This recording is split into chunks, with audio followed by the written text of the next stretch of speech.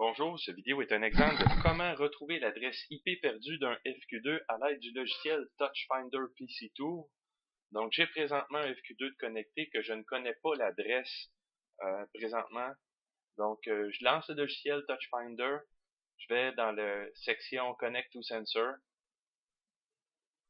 Le logiciel se lance. Première des choses, le logiciel essaie de se connecter à un capteur.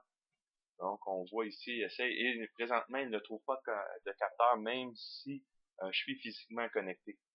Donc, si je lance la liste que j'ai ici, bon, j'efface, delete, présentement, je vois mon ordinateur présentement est à l'adresse 192.168.250.251. Ça, c'est l'adresse du logiciel, donc, de mon PC. Si vous avez plusieurs adaptateurs Ethernet sur votre PC, et l'adresse qui est ici n'est pas la bonne, donc on n'est pas connecté sur la bonne carte Ethernet. Pour pouvoir passer d'une carte à l'autre, je peux aller en mode, plutôt aller changer la configuration en cliquant en bas à droite. Ensuite, dans le menu, je trouve la section qui s'appelle Ethernet. Voilà, présentement, c'est la configuration du logiciel qui utilise le 192.168.250.251. Si je clique sur l'adresse IP, et si j'avais plusieurs adaptateurs Ethernet, la liste de mes cartes Ethernet apparaîtrait avec leur adresse IP. Donc, je peux sélectionner la bonne carte, et une fois sélectionnée, si je retourne en arrière, nous allons retrouver la bonne adresse reliée à ma carte. Donc, le logiciel, qu'est-ce qu'il fait? C'est qu'il peut lancer une commande sur le réseau. Donc, on doit être face à face avec notre FQ2 pour forcer une nouvelle adresse IP au FQ2. Le logiciel, qu'est-ce qu'il fait? Il garde le même numéro réseau. Donc, présentement, mon réseau est 192.168.250. Et il va changer le dernier chiffre pour avoir un nouveau numéro de nœud. Le logiciel utilise le nœud 10 quand il force la nouvelle adresse.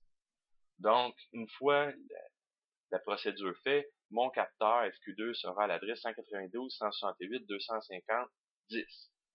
Donc, pour voir présentement, si je fais avec un command prompt, je vais dans ipconfig en premier, juste pour voir, j'ouvre ça ici. Je vois que mon PC présentement est à l'adresse 251, comme le logiciel le dit.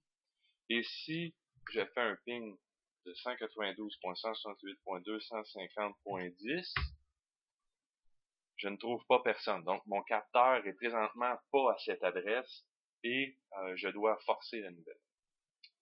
Donc, dans le logiciel, pour forcer l'adresse, je retourne dans le menu en bas à droite. Et maintenant, la dernière option s'appelle Reassign IP Forcibly. Je clique sur cette fonction. On me demande d'accepter en cliquant oui. Quand je vais cliquer oui, on peut vérifier aussi sur le capteur la lumière buzzy en façade du capteur. Si en cliquant sur oui, la lumière buzzy allume pendant quelques secondes, ça veut dire que le processus dans le capteur s'est fait comme il faut. Une fois fait, le logiciel nous laisse croire qu'il va se reconnecter automatiquement. Ce qu'il fait avec le moniteur Touchfinder, le petit écran tactile. Par contre, avec le logiciel PC Tool, on doit retourner dans Sensor List et manuellement cliquer et ajouter le capteur. Donc, je vais cliquer sur Ajouter et je vais mettre l'adresse du capteur qui est 192 168 250 et 10. Ceci fait, je clique OK, je vais sélectionner le capteur avec lequel je veux communiquer, je clique OK, ça prend quelques secondes et le logiciel va connecter le capteur. C'est fait. Et que pour passer en mode programmation, parce que présentement je suis en mode run, qui est marqué en haut à gauche, je viens cliquer ici, je tombe dans Sensor Settings, passer oui, et maintenant je vois l'image, là, je peux passer, peut-être à allumer la lumière pour voir, Light Control, yes. Donc on voit maintenant l'image apparaître du capteur, donc je suis bel et bien connecté.